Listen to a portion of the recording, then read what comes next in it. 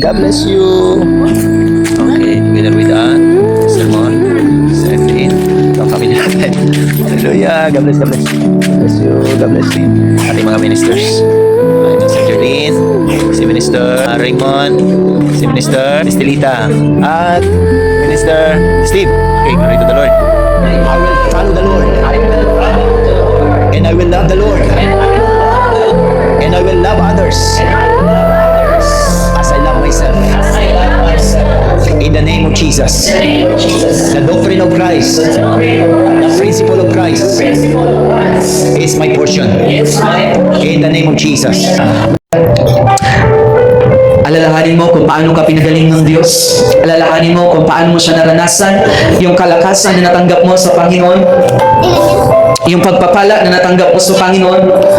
Think about the goodness of Jesus. Oh, thank you, Lord. Oh, Rashakaya Rababasakan. I'm feeling love that surrounds me. Oh, God, I still amazed. My Jesus, my Lord, you're the love of my life. Wherever you go, wanna be by your side. In this race that I run, no longer my ways. Let your will be done. Make me a servant, my heart's ever true. I follow you. Standing in all of your grace,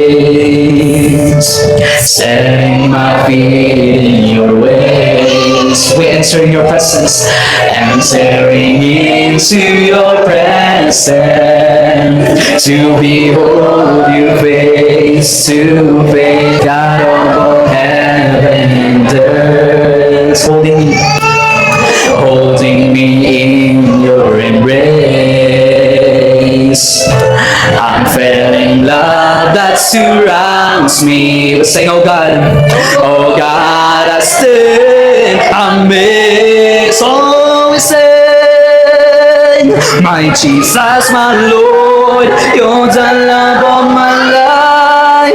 Wherever you go, wanna be by your side. No longer I, but Christ living in me. Serving you for all eternity. My eyes set on you, in this race that I run. No longer my ways, let your will be done. In this race that I run, no longer my ways, let your will be done. Make me a servant, my heart's ever true. Clinging to the cross, I follow you. I follow you. So ito na po talaga. Receive ko na po talaga. Kasi po, una po, nananalangin po ako sa anak ko na sana po makapagturo na po siya. So totoo po talaga, ito na po. Sa ngayon po, nandoon na po siya sa Tagbarongis. Nakain na po talaga siya. At hindi naman po ako nagmamalaki. Number 1 pa po siya na teacher. Kaya po, napakabuti po ni Lord dahil simula po maliit sila, pinag-pray ko po sila na kung ano po yung gusto nila sa buhay. Noon po nananalangin ako na, Lord, sabi ko kay Lord na wag po niyang, sa pangalan niya na walang makakahadlang na masama sa pangarap ng anak ko. So ito na po yon. At isa pa po na masalamatan ko po kay Lord yung pinapag-pray ko rin na si Jamaica po. 3 years po siya hindi nakapag-aral. Sabi ko bilang isang magulang, gusto po natin ulit na mag-aral yung anak natin. So nagulat na lang po ako na sabi niya, ma, mag-aral ako. Kaya nag-aaral na po siya ngayon dyan sa Isaog, grade 11 ulit. Masaya po ako, family, dahil nakikita ko po silang tatlo. Si Mark po, masipag na po yung mag-aral.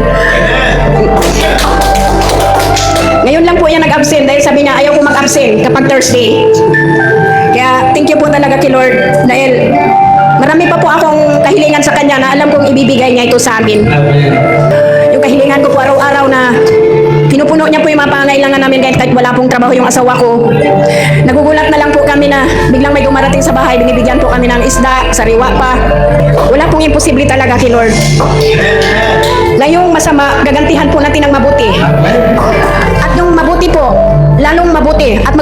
mabuti.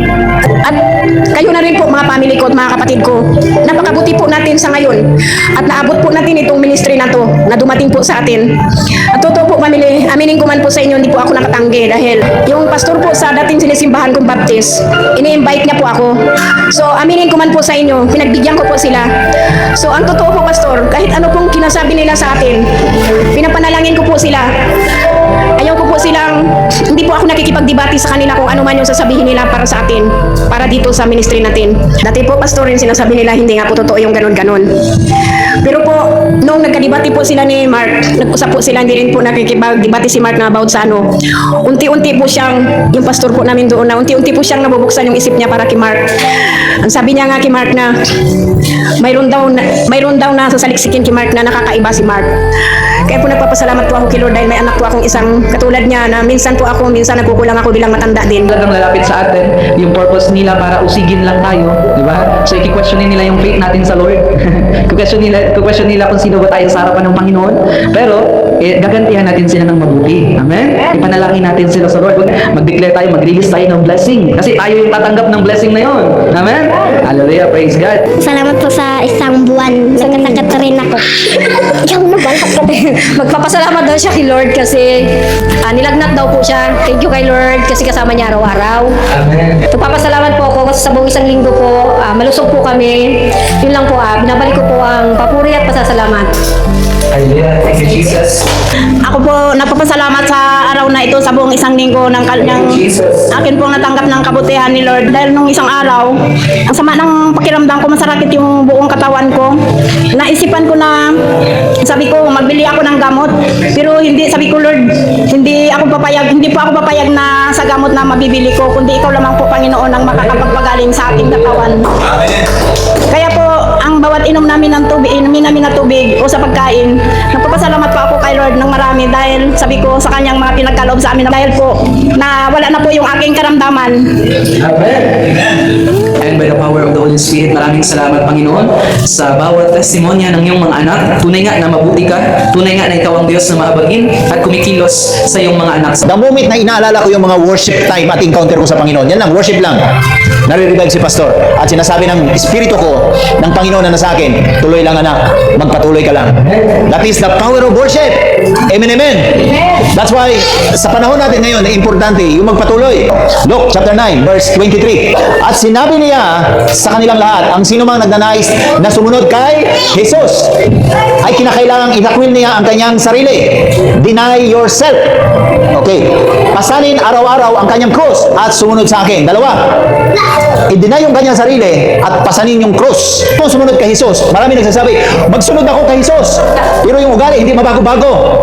Dahil hindi nila alam ang ibig sabihin ng how to deny yourself and how to carry your cross.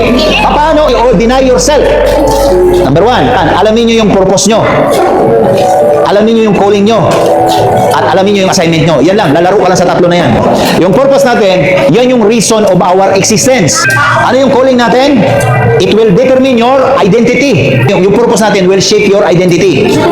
Ano yung identity natin? Sa Philippians chapter 4, verse 10 to 11. Ano yung purpose natin? Babasahin nyo na lang yung Matthew chapter 28. Sinabi ng Panginoon, bago siya umakyat sa langit, Matthew 28, verse 19 to 20. Go into the world, preach the gospel. Yan yung purpose natin. Ano naman yung assignment natin? Ayan, importante. Ang assignment natin, yan yung daily task natin.